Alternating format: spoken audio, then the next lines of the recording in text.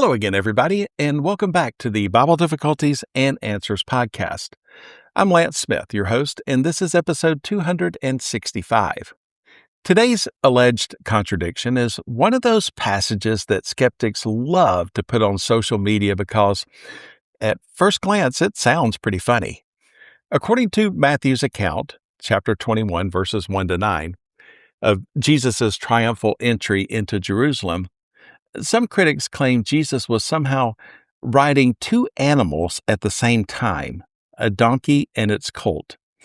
Now, I don't know about you, but every time I hear that objection, I picture Jesus entering Jerusalem like a circus performer at the county fair. One foot on a donkey, one foot on a colt, balancing his way down the road while the crowd waves palm branches.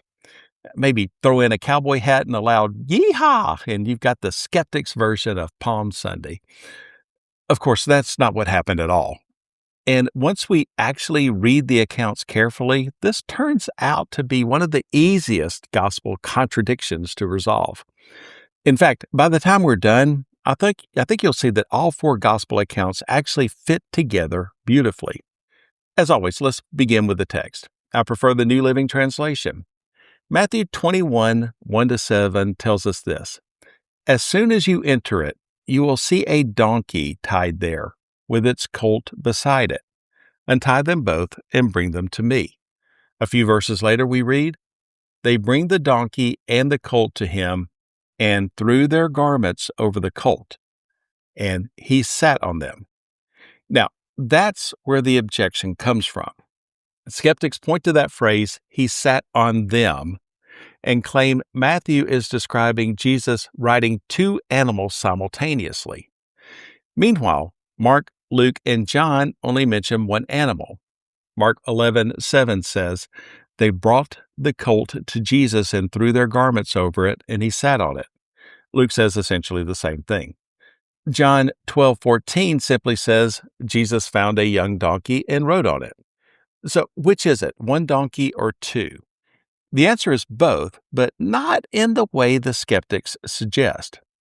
Matthew tells us there were two animals present, the mother donkey and her colt.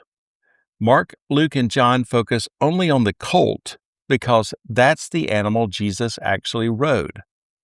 Those statements aren't contradictory any more than four people describing the same family vacation. Imagine your family drives to Florida. One person says, we drove our SUV. Another says, we took the SUV and pulled a trailer. A third says, the kids rode in the SUV. Nobody thinks those accounts contradict each other. One person simply included more details. That's exactly what's happening here. Matthew is giving the fuller picture. The others are focusing on the main detail. In his article, A Donkey and Her Colt, Eric Lyons of Apologetics Press points out something important. Mark, Luke, and John never say there was only one animal. They simply mention the colt because that's the animal Jesus rode. That's a huge distinction. Omitting a detail is not the same thing as denying a detail. We run into that mistake all the time when people discuss Bible contradictions. If I tell someone I went to dinner with my boss, I haven't denied that my coworkers were there too. I'm simply focused on the most important person in the story. The gospel writers do that all the time. But what about Matthew's statement that Jesus sat on them? This is where grammar becomes important. The disciples had just placed their garments on the animals. The phrase, he sat on them, naturally refers to the garments rather than the animals themselves. In other words, Jesus sat on the cloaks that had been spread over the colt. Wayne Coppins addresses this issue in his paper, Sitting on Two Asses. And a quick aside, scholars seem unusually comfortable putting that word into journal article titles. Coppins notes that the language simply doesn't require the bizarre image skeptics often imagine. Frankly, common sense helps here too. No serious commentator thinks Jesus was straddling two separate animals while riding into Jerusalem. That interpretation creates far more problems than it solves. I mean, have you ever tried standing on two moving objects at the same time? Most of us would struggle to stand on two skateboards in the driveway, much less ride two donkeys through a crowded city street. In fact, one scholar complained that this interpretation turns Matthew's account into what he called a circus spectacle. That's probably a little harsh, but you can see his point. Nobody reading this passage should picture Jesus performing an ancient version of a rodeo stunt. Besides, if Jesus had actually ridden into Jerusalem standing on two donkeys at once, I suspect somebody would have mentioned that detail. Matthew, Mark, Luke, John, somebody would have said, and by the way, it was one of the most impressive things we've ever seen. The image is so absurd that it should immediately make us pause and ask whether we're reading the passage correctly. But there's an even bigger reason Matthew mentions both animals.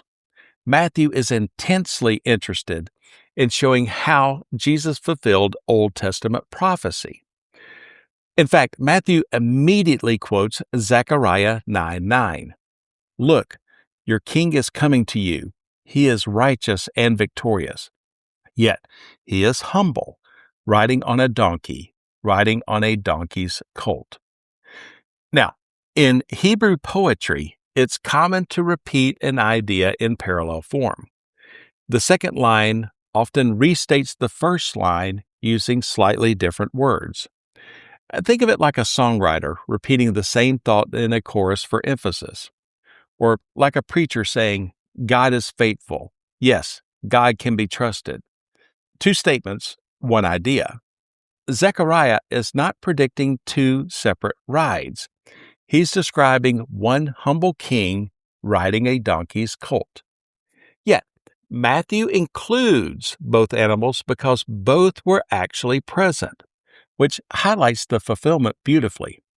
Scholar S.C. Carlson argues in his Catholic Biblical Quarterly article that Matthew is carefully reading Zechariah's prophecy and drawing attention to details that help his Jewish audience see Jesus as the promised Messiah. And here's an interesting detail. Scholars point out that pilgrims normally walk the final stretch into Jerusalem. Jesus deliberately chose to ride into the city, which would have immediately drawn attention to the messianic symbolism of Zechariah's prophecy. This wasn't just transportation, it was a public declaration. Matthew isn't creating a contradiction, he's emphasizing fulfillment. And that's a theme we see throughout his gospel. Another practical question is this: why bring the mother donkey at all? Actually, that makes perfect sense. Mark and Luke specifically tell us the colt had never been ridden. If you've ever been around horses, donkeys, or really any young animal, you know that's significant. An untrained animal can be nervous. Now, imagine taking that young colt into a city packed with Passover pilgrims. People are shouting, palm branches are waving, children are running around.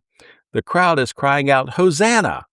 That's enough to make a seasoned animal uneasy. Bringing the mother donkey along would have helped keep the colt calm. It's a little like taking a nervous first grader to school on the first day and letting mom walk beside them.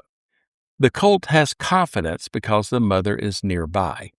Several commentators make this observation, including the article from Compelling Truth, which notes the practical wisdom of having the mother accompany the colt. The article from Essential Church makes another helpful point.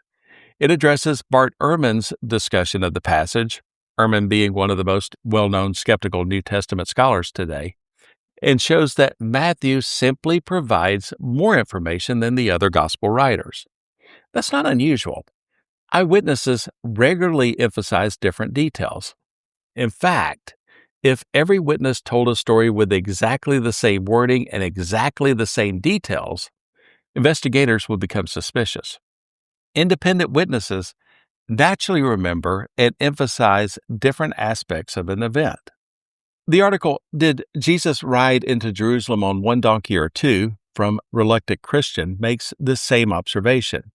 The gospel writers are not copying one another word for word here. They're highlighting different aspects of the same historical event, and that's exactly what we'd expect to find from authentic testimony.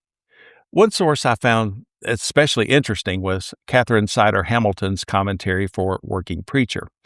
She notes that Matthew's inclusion of both animals may also echo messianic themes reaching back to Genesis 49, where Judah's future king is connected with a donkey and a colt. Interestingly, this isn't just a connection modern scholars have noticed. Jewish interpreters had long associated Genesis 49 and Zechariah 9 with messianic expectations, making Matthew's emphasis on the donkey and colt even more meaningful to his original audience. In other words, Matthew isn't merely recording transportation details. He's painting a theological portrait. He's showing Jesus as the long-awaited Son of David, the promised king entering his city in humility. And that brings us back to the Skeptic's Annotated Bible, which lists this passage as a contradiction because Matthew mentions two animals, while Mark, Luke, and John mention only one. But notice what's missing. None of the other gospel writers ever say there was only one animal present. And Matthew never says Jesus rode both animals. The alleged contradiction only appears if we add words that aren't actually in the text. The moment we read the accounts carefully and let each writer speak for himself, the problem disappears. In fact, instead of conflicting, these accounts fit together exactly the way we'd expect independent eyewitness accounts to fit together. Matthew gives us additional detail. Mark, Luke, and John focus on the central action. Put them together, and we get a richer picture of what happened on that first Palm Sunday. So, when someone asks, did Jesus ride one donkey or two? The answer is simple. Two animals were present. One animal was ridden, and no contradiction exists. The real lesson here is that many alleged Bible contradictions fall apart once we slow down and read carefully. Sometimes the Bible needs a little less skepticism and a little more observation. If today's episode helped strengthen your faith or gave you the tools to answer someone else's questions, I'd encourage you to share it with a friend. You can support the podcast at buymeacoffee.com/Lance Smith. Always appreciated, never expected. Every episode is available at BibleDifficultiesAndAnswers.podbean.com. You can also find us on the Bible Difficulties and Answers Facebook page. Or send me an email at BibleDifficultiesAndAnswers@gmail.com. I read every message that comes in. This is Lance Smith, wishing you good health, good study, and God's richest blessings. We'll see you next time. So long, everybody.